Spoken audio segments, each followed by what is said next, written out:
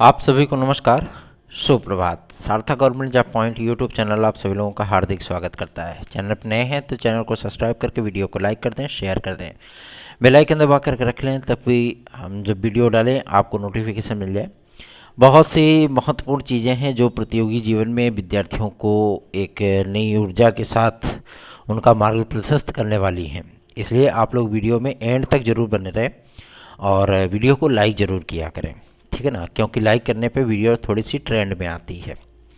चलिए खबरों की शुरुआत कर लेते हैं और आप सभी लोगों को सारी अपडेट देते हैं। जैसा कि आप सभी लोगों ने समाचार पत्रों में देख लिया होगा, शिक्षा सेवा चयन आयोग को लेकर के अब कार्य तेज किया जा चुका है। कल मुख्य सचिव स्तर की एक मीटिंग भी थी और आज समाचार पत्रों में इसी बाबत ही सूचना दी गई है जो आप सभी लोगों को कल हमने शाम की वीडियो में बताया था। तो आप सभी लोगों को मैं बता दूं कि शिक्षा सेवा चयन आयोग में 15 दिसंबर तक आप सभी लोगों को अध्यक्ष, सदस्य, सचिव, जितने भी आपके गणमान्य अधिकारी हैं वो सभी लोग नियुक्त होते हुए दिख जाएंगे। अर्थात आपका जो आयोग है वो दिसंबर में ही कार्य करने लगेगा, पहला। दूसरा ये कि आयोग के कार्य करने और एग्ज़ाम डेट को घोषित होने में ज़्यादा वक्त अब शेष नहीं है, ठीक है ना। एग्ज़ाम डेट आप सभी लोगों का बहुत जल्दी ही घोषित होगा और टीजीटी पीजीटी तो अब आप सभी लोगों की एकदम बेहद मुहाने पे आ चुकी है। अभी तक सिर्फ विवादों की स्थितियां थी जिसकी वजह से एलटी ग्रेड और जीआईसी प्रवक्ता भी रुकी हुई थी और हम सभी लोगों का यही प्रयास है कि दिसंबर में हर हाल में हर कीमत तक हम सभी लोग एलटी ग्रेड और जीआईसी प्रवक्ता का विज्ञापन ले लें और साथ ही साथ खंड शिक्षा अधिकारी का भी, ठीक है ना, क्योंकि जो शेड्यूल उन्होंने बनाया है लोक सेवा आयोग ने उस शेड्यूल को वो जारी करें कि कब कब विज्ञापन ये जारी करेंगे। क्योंकि जाहिर सी बात है थोड़ा सा बैलेंस तो रखना पड़ेगा, क्योंकि वेबसाइट पे लोड आ सकता है तो वेबसाइट जो है वो पूरी तरीके से क्रैश कर सकती है, जिसकी वजह से भाई लाखों लाख विद्यार्थी वेबसाइट पर आवेदन करेंगे तो इतने बर्डन को झेल पाना, क्योंकि अगर 3-4 विज्ञापन एक साथ जारी कर दिया गया, इसी में आपका पीसीएस का भी विज्ञापन है और एज रिलैक्सेशन का मुद्दा आप सभी लोगों का 2-3 दिन में फाइनल होने चल रहा है। आप लोगों को ये भी क्लियर कर दिया जाएगा कि हाँ एज रिलैक्सेशन में आप लोग कहाँ तक आते हैं, ठीक। हम लोगों का यही प्रयास है कि एज रिलैक्सेशन आप सभी लोगों को मिल जाए और इस बाबत हम लोगों ने, क्योंकि चेयरमैन बनाए गए हैं कौन, मुख्य सचिव, ठीक है ना, और उनको हम लोगों ने कल की डेट में एक ज्ञापन प्रस्तुत किया और सबसे बड़ी चीज़ यह है कि उनका एडवांटेज पॉजिटिव है, सकारात्मक जो है वो अप्रोच रखे हुए हैं अपना। तो आप सभी लोगों को इसमें परेशान होने की आवश्यकता नहीं है कि उन्होंने हम लोगों की बातों को बहुत ही गंभीरतापूर्वक सुना और सबसे बड़ी चीज़ यह है कि एज रिलैक्सेशन को लेकर के कोविड काल के चलते, ठीक है ना, कोविड काल के चलते 2 वर्ष में हर कोई दे रहा है एज रिलैक्सेशन, तो उत्तर प्रदेश एक नया राज्य ऐसा नहीं होगा कि जिसकी वजह से आप सभी लोगों को एज रिलैक्सेशन न मिले।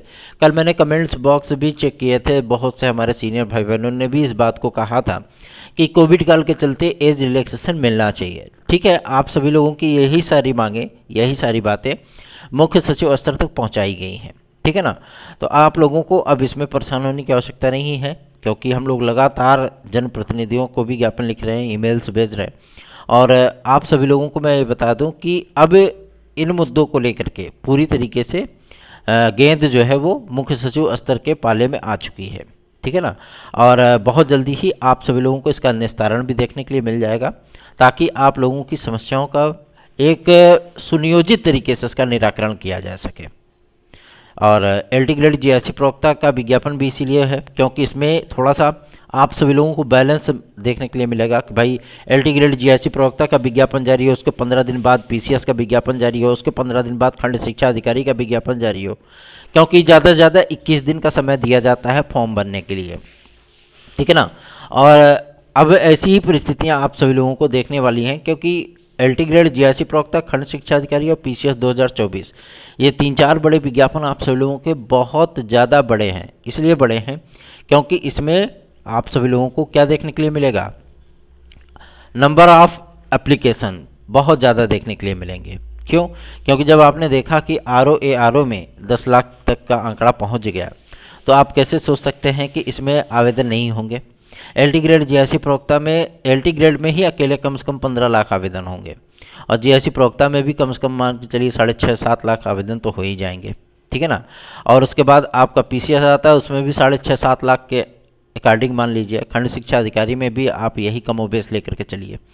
तो इतनी बड़े बड़े विज्ञापनों को जारी करने और वेबसाइट की सेहत को मेंटेन रखने के लिए जाहिर सी बात है थोड़ा सा प्रयास तो करना ही पड़ेगा, है ना।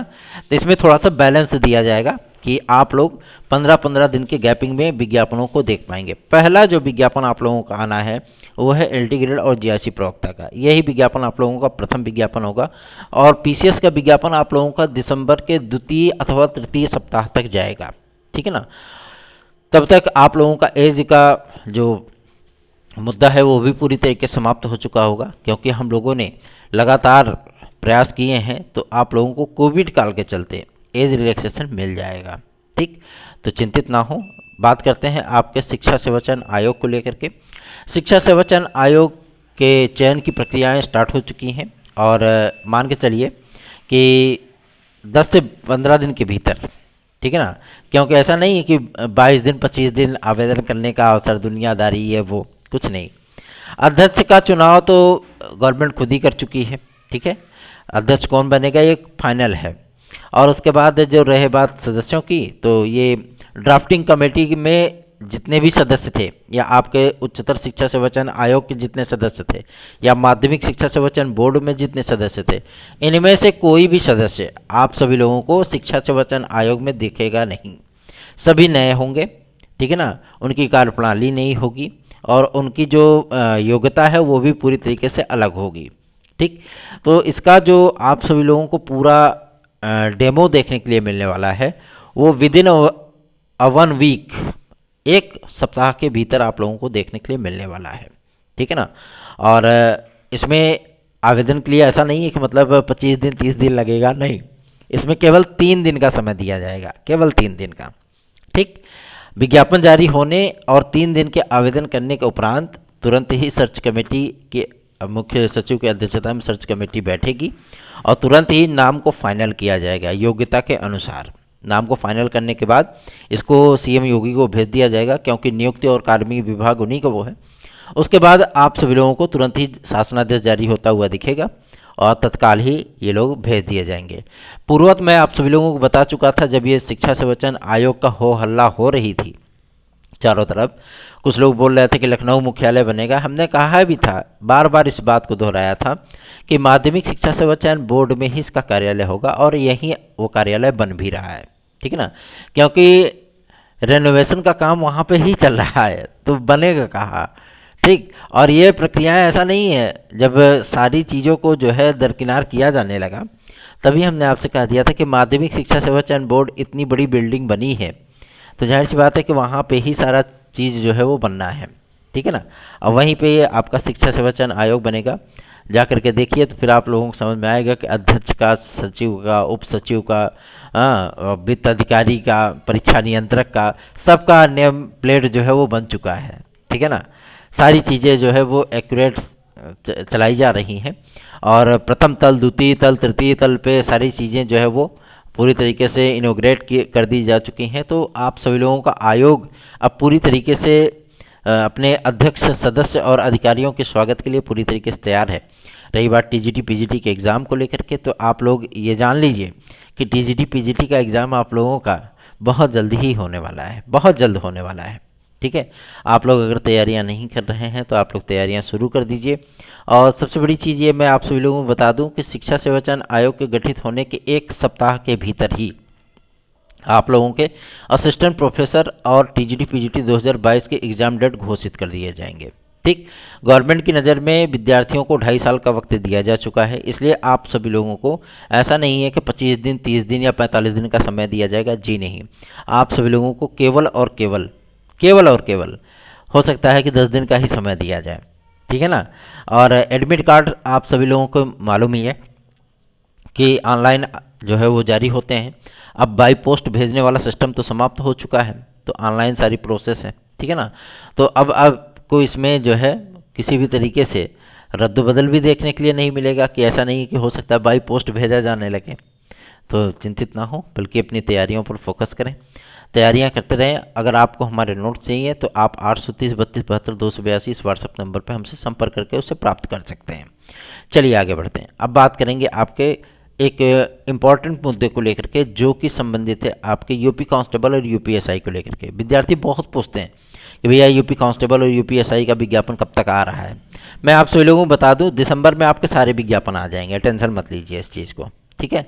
और रही बात आपके जो यूपी ट्रिपल एससी के सदस्यों के जो पोस्ट खाली हैं, क्या मतलब इसमें कुछ चलेगा अथवा नहीं चलेगा, मैं आप सभी लोगों को बताना चाहता हूँ कि यूपी ट्रिपल एससी को गवर्नमेंट समाप्त करने पर विचार कर रही है। मैं आज इस बात को फिर से दोहरा रहा हूँ, और इस बाबत एक मीटिंग भी बुलाई गई है। और इसमें क्या डिसीजन होगा, क्या यूपी ट्रिपल एससी को समाप्त कर देना चाहिए या ग्रुप सी और ग्रुप डी की वैकेंसीज को कंप्लीट करने के लिए यूपी ट्रिपल एससी की कार्यप्रणाली को चेंज करना आवश्यक है, ठीक है ना। क्योंकि कोई भी विज्ञापन, कोई भी परीक्षा, कोई भी परिणाम, इन सभी लोगों का 5 से 7 वर्षों में जारी होना या उसको फाइनल होना, ये एक चिंता का सबब है, ठीक है। विद्यार्थी आवेदन करते हैं, आवेदन करके भूल जाते हैं, बाद में उनको पता चलता है अच्छा मैंने इस भर्ती के लिए फार्म भरा था, क्योंकि एग्ज़ाम डेट का कोई जो है शेड्यूल ही नहीं होता है।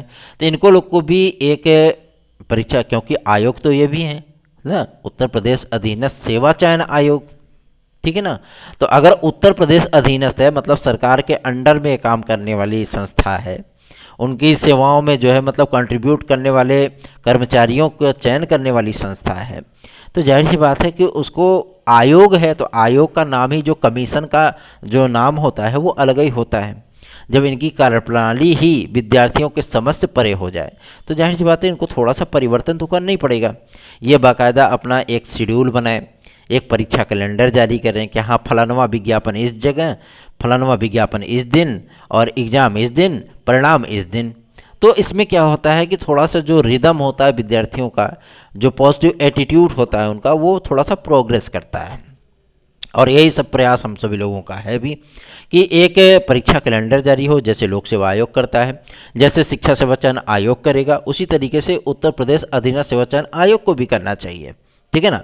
विद्यार्थियों को पता होना चाहिए कि हमारा विज्ञापन कब आ रहा है, विद्यार्थियों को पता होना चाहिए कि हमारा एग्ज़ाम कब हो रहा है, और विद्यार्थियों को ये भी पता होना चाहिए कि एग्ज़ाम होने के बाद हमें फाइनल आंसर की के साथ परिणाम कब प्राप्त होगा।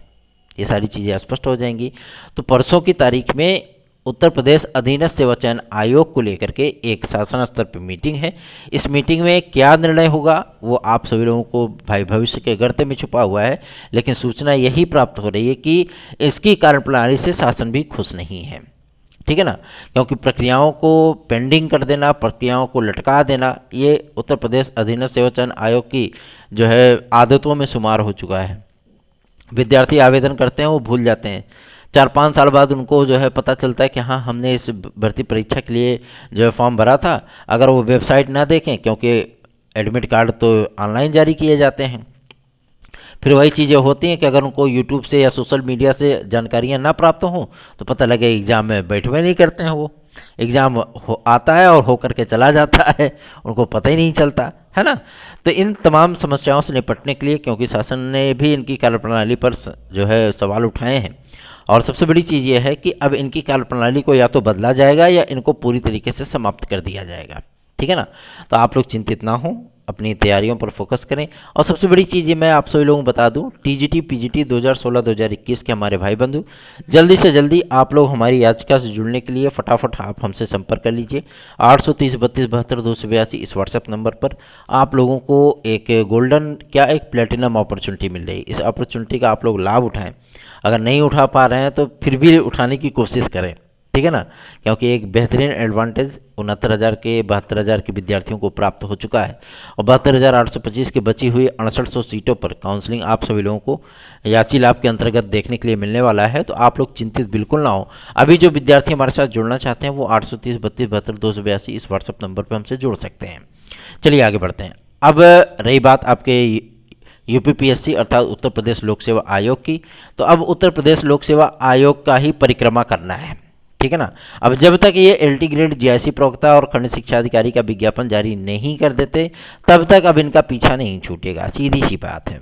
अब रही बात एज की, तो एज भी आप सभी लोगों को बहुत जल्दी कंफर्म होने चल रहा है और हम लोगों का यही प्रयास है कि आप लोगों को कोविड काल के चलते एज रिलैक्सेशन मिल जाए, पहला। दूसरा ये कि TGT PGT में किसी भी तरीके से एज को मैक्सिमाइज ना किया जाए, मतलब मैक्सिमम एज को लिमिटेड ना किया जाए, ठीक है ना। 21 से 40 वर्ष के क्राइटेरिया में ना लाया जाए, क्योंकि बहुत से विद्यार्थी, मान लीजिए कि अगर हमारे जो रिजर्व कैटेगरी के भाई बहन हैं, ठीक है ना, OBC SC ST, ठीक है, EWS जो भाई बहन है, मान लीजिए कि वो 5 वर्ष का एज रिलैक्सेशन प्रोवाइड उनको किया जाता है तो 45 साल तक, इससे ज़्यादा तो आवेदन नहीं कर पाएंगे वो, है ना। तो ऐसी परिस्थितियों में बहुत से विद्यार्थी पहले ही छट जाएंगे, क्योंकि वो हर जगह हाथ पैर मार करके आते हैं, हर जगह जब ओवर एज हो जाते हैं तो उनका एकमात्र उम्मीद बच जाती है TGT और PGT। अगर यहाँ से भी दरवाजे बंद कर दिए जाएंगे तो विद्यार्थी 40 साल के बाद, वैसे हो तो उत्तर प्रदेश में वैकेंसियाँ जो है वो 5 साल 7 साल बाद कोई विज्ञापन जारी होता है ना। और ऐसी परिस्थितियों में दिक्कतों का सामना जो है वो करना ही पड़ेगा। तो इन तमाम चीज़ों को लेकर के हम लोग मुखर हैं और हम लोग लगातार आप लोगों के लिए कार्य कर रहे हैं, प्रयास कर रहे हैं। आप सभी लोगों का भी ये नैतिक दायित्व बनता है कि आप सभी लोग भी वीडियोस को शेयर किया करिए और चैनल के साथ लोगों को अधिकाधिक संख्या में जोड़िए। धन्यवाद। आप सभी का दिन शुभ हो।